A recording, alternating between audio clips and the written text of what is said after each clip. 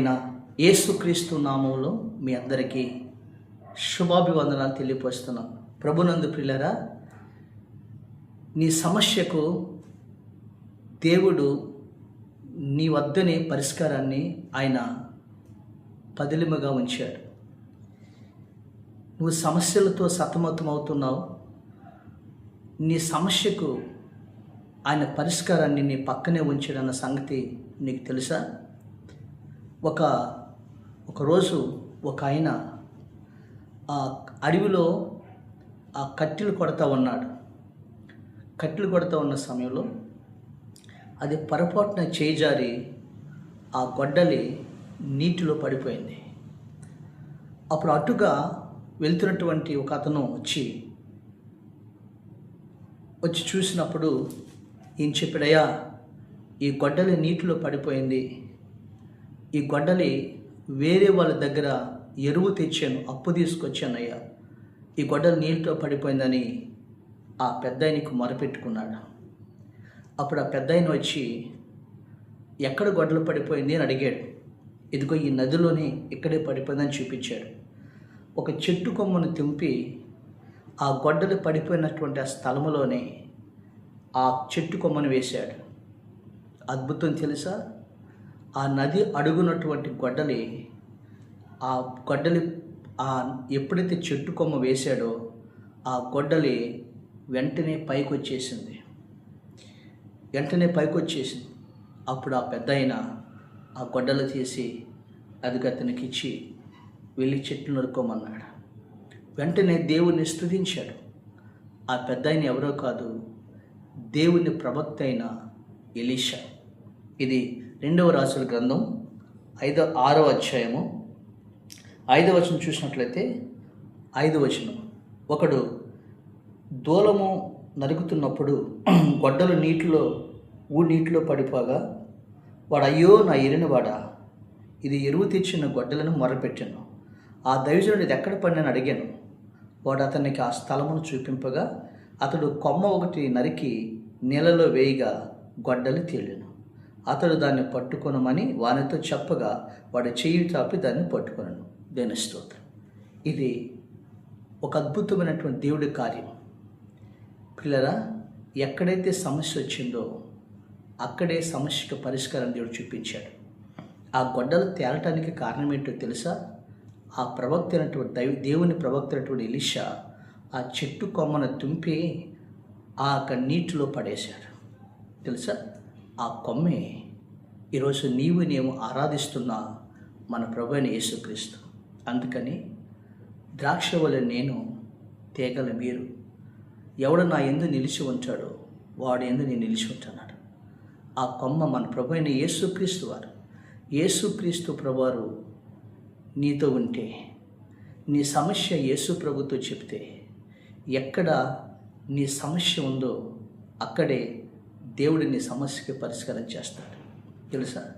అక్కడ ఆయన దేవుని యందు విశ్వాసం ఉంచితే నీవు ఊహించిన అద్భుతాన్ని చూస్తావు. దేవుని యందు విశ్వాసం ఉంచితే నీవు నీ ఊహకు మించినటువంటి అద్భుతాన్ని చూస్తావు.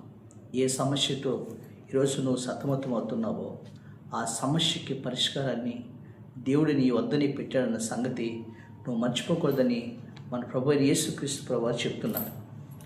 చూడండి, దానియేలు గ్రంథం 4వ అధ్యాయము 2వ వచనం చూసినట్లయితే ఒక మాట ఉంటుంది.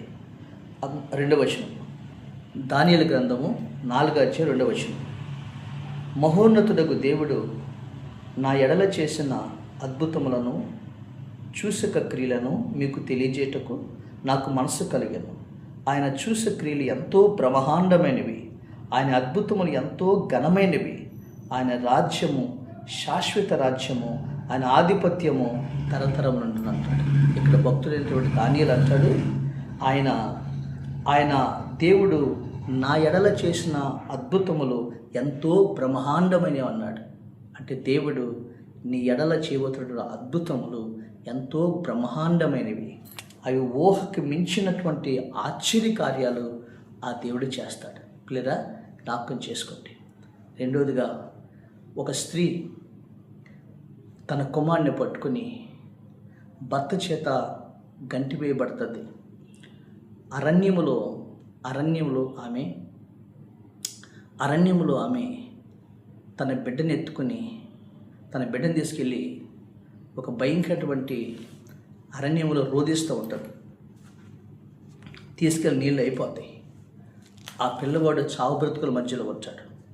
అప్పుడు ఆ తల్లి ఏం చేస్తుందంటే అక్కడ మోకరించి, అయ్యా, ఈ అరణ్యములో, ఈ ఎడారిలో తాగటానికి నీళ్ళు, నేను నా కుమారుడు గెంటివేయబడ్డామయ్యా, తోసివేయబడ్డాం. ఈ అరణ్యములో నా కుమారుడు సావు బ్రతుకుల మధ్య ఉన్నాడు అని ఎలుగెత్తి మొరపెడుతుంది. దాహానికి గుక్క నీళ్ళు అయ్యా, నీళ్ళు లేక నా కుమారుడు సమస్యలు పడిపోయాడు.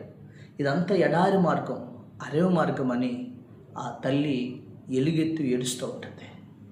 అలా ఎలుగెత్తి ఏడుస్తున్నప్పుడు ఆకాశం నుండి సర్వశక్తి కలిగిన దేవుడు ఆయన ప్రత్యక్షమవుతాడు. అరణ్యంలో ఉన్నటువంటి ఆ ఎలుగెత్తి ఏడుస్తున్నటువంటి ఆమె దగ్గరికి ఆయన వస్తాడు. ఆమె దగ్గరికి ఆయన వచ్చి వెంటనే పిలుస్తాడు.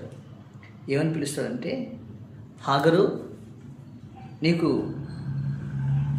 ఏమైనది అని అడుగుతాడు. అప్పుడు హాగరు అంటదయ్యా, నా కుమారుడు సాబ్రతుల మధ్యలో ఉన్నాడు అని ఆగరుతో చెప్పినప్పుడు, జాతకమేనండి, వెంటనే దేవత దేవుడు అంటాడు, ఆగరుతో అంటాడు, ఇదిగో ఈ చిన్నవాళ్ళకి ఎలుగెత్తి ఏడ్చినప్పుడు ఆదికాండం 21 అధ్యాయం చూడండి 18వ వచనం. నువ్వు లేచి ఆ చిన్నవాని లేవనెత్తి నీ చేత పట్టుకును, వాడిని గొప్ప జన్మగా చేసేది ఆమెతో చెప్పాను. మరి ఆమె కన్నులు తెరిచినందున ఆమె నీళ్లు ఓట చూసి వెళ్ళి ఆ తిత్తిని నీళ్ళతో నింపి చిన్నవానికి త్రాగనిచ్చాడు. దేవుని స్తోత్రం. ఎడారిలోనే నీళ్ళు లేవని ఏడుస్తూ ఉంది. అప్పుడు దేవుడు ఆమె కన్నులు తెరిచాడు. ఆమె పక్కనే నీటి ఓట ఉబికింది. ఆమె పక్కనే సమస్య అక్కడే వచ్చింది. ఆ సమస్యలో దేవుడికి మొరపెట్టింది. ఆ ఎడారిలో అసలు నీళ్ళే దొరకవు, కానీ దేవుడు నీటి ఓటను పుట్టించాడు. ఆ చిన్నవాడికి ఆ నీటి ఓటని త్రాగనిచ్చింది. అద్భుతంగా ఆ ఎడారిలోనే తన కుమారుని ఆశీర్వదించాడు. ఆమె పేరే హాగరు. ఆమె సంతానం మహమ్మదీయులు ముస్లిం సంతానముగా ఈ రోజున బహుగా ఆస్వాదించబడింది. పిల్లరా, ఎక్కడ సమస్య ఉంటుందో అక్కడ దేవుడికి మొరపెట్టు. నీ సమస్యకి పరిష్కారాన్ని దేవుడు నీకు అక్కడే ఉంచుతాడు. దేవుని స్తోత్రం కలుగునుగాక. కాబట్టి కలవరపడద్దు. ఆ దేవుని యందు విశ్వాసం ఉంచు. నీ ఊహకు మించినటువంటి అద్భుతాన్ని దేవుడు నీ ఎదుట జరిగిస్తాడు. నీ సమస్యకి దేవుడు నీ పక్కనే పరిష్కారాన్ని దేవుడు ఇస్తాడు. ఆయన పరిష్కరించినటువంటి సమస్య అనేది ఏది లేదు. ఆ దేవుడికి సమస్తమును సాధ్యమే. నువ్వు ఆ దేవునికి మొరపెట్టినట్లయితే, ఎలీషా దగ్గర ఆ కట్టెలు కొట్టేవాడు వచ్చి, అయ్యా, నా గొడ్డలు నీటిలో పడిపోయిందని ఎలా మొరపెట్టాడో, ఇదిగో అరణ్యములో హాగరు వచ్చి, అయ్యా, నా కుమారుడికి నీళ్ళు లేక చనిపోతాడని మొరపెట్టాడు. నీవు కూడా అప్పుల సమస్య గురించి, అనారోగ్య సమస్య గురించి, ఆర్థిక సమస్యల గురించి, ఇదిగో నీ బిడ్డల గురించిన సమస్య గురించి, ఏ సమస్య గురించి అయితే నువ్వు అవుతున్నావో ఆ సమస్యని ప్రభు పాదాల దగ్గర చేరి నువ్వు ప్రార్థన చేయి. ఆయన ఎందు విశ్వాసం ఉంచు. ఆయన సమస్యకి పరిష్కారాన్ని చూపిస్తాడు. ఆయన అద్భుతమైనటువంటి కార్యం నీ జీవితంలో జరిగిస్తాడు. దేవుని స్తోత్రం. అలాగే నీకు జ్ఞాపకం చేసుకోండి, ఒకరోజు ఒక నక్కంట చాలా ఆకలితో ఉంది. అప్పుడు వెళ్తున్నప్పుడు అడవిలో ఒక చెట్టు త్వరలో ఒక పచ్చి మాంసము సింహం వేటాడి మొత్తానికి ఆ మాంసం చెట్టు త్వరలో ఉన్నట్టుంది. వెంటనే నొక్క ఆ త్వరలో దూకేసింది. అది కడుపు నిండా తినేసింది, మాంసం అంతా తినేసింది. అప్పుడు బయటికి రావటానికి అది పొట్ట పట్టట్లేదు. అప్పుడు ఉదయం ఆ త్వరలో చరుస్తూ ఉంది. సింహం వచ్చి చంపేస్తాం అనుకుంటా ఉంది. ఈలోపు ముసలి నక్క వెళ్తున్నప్పుడు, ఏంటి మిత్రమా ఏమైందంటే, ఇదిగో ఆకలితో కడుపు నిండా తినేసాను, కానీ పొట్ట బిగుగా ఉంది, బయటికి రాలేకపోతున్నాను అంటే, ఏం లేదు, నీ సమస్య నీ దగ్గరే పరిష్కారం ఉందంటాడు. ఏంటి సమస్య అంటే, నువ్వు బయటపడాలంటే సాయంకాలం వరకు నువ్వు అక్కడే ఉండు, నువ్వేం తినొద్దని అంది. ఇప్పుడు సాయంకాలం వరకు అక్కడే ఉండి కడుపులో తను తరిగిపోయింది. అప్పుడు నాకు ఈజీగా బయటకు వచ్చింది. ఈరోజు నీ సమస్య ప్రభు నీ దగ్గరే ఉంచాడు. ఆ ప్రభు దగ్గరే ప్రార్థించు, ఆయన విశ్వాసం ఉంచు, నీ సమస్య ఆయన పాదాల దగ్గర పెట్టు. ఆ దేవుడు నీ సమస్యని ఆయన సమస్యపడేట్లుగా చేసి ఆయన నీ జీవితంలో ఊహించిన అద్భుతాన్ని ఆయన నీ పట్ల, నీ బిడ్డల పట్ల ఆయన జరిగిస్తాడు. దేవుడి మాటలు దీవించును గాక. పరిశుద్ధుడైన మా తండ్రి, కృతజ్ఞత స్తుతులు స్తోత్రాలు చెల్లిస్తున్నాం. ఇదిగో తండ్రి, వాక్యం విన్న నీ బిడ్డలు ఏ సమస్య పరిష్కారం కోసం వెతుకుతున్నారో ఆ సమస్యకు పరిష్కారాన్ని మీరు దయచేయమని, దీవించమని. అయినా అప్పుల విషయంలో, అనారోగ్య విషయంలో ప్రభా ఏ విషయంలో సతమతం అవుతున్నారో మీ పాదాల దగ్గర చేరి ప్రార్థిస్తున్నాం. ఆ సమస్య పరిష్కారాన్ని దయచేసి దీవించమని యేసు నామములో అడుగుచున్నాము తండ్రి.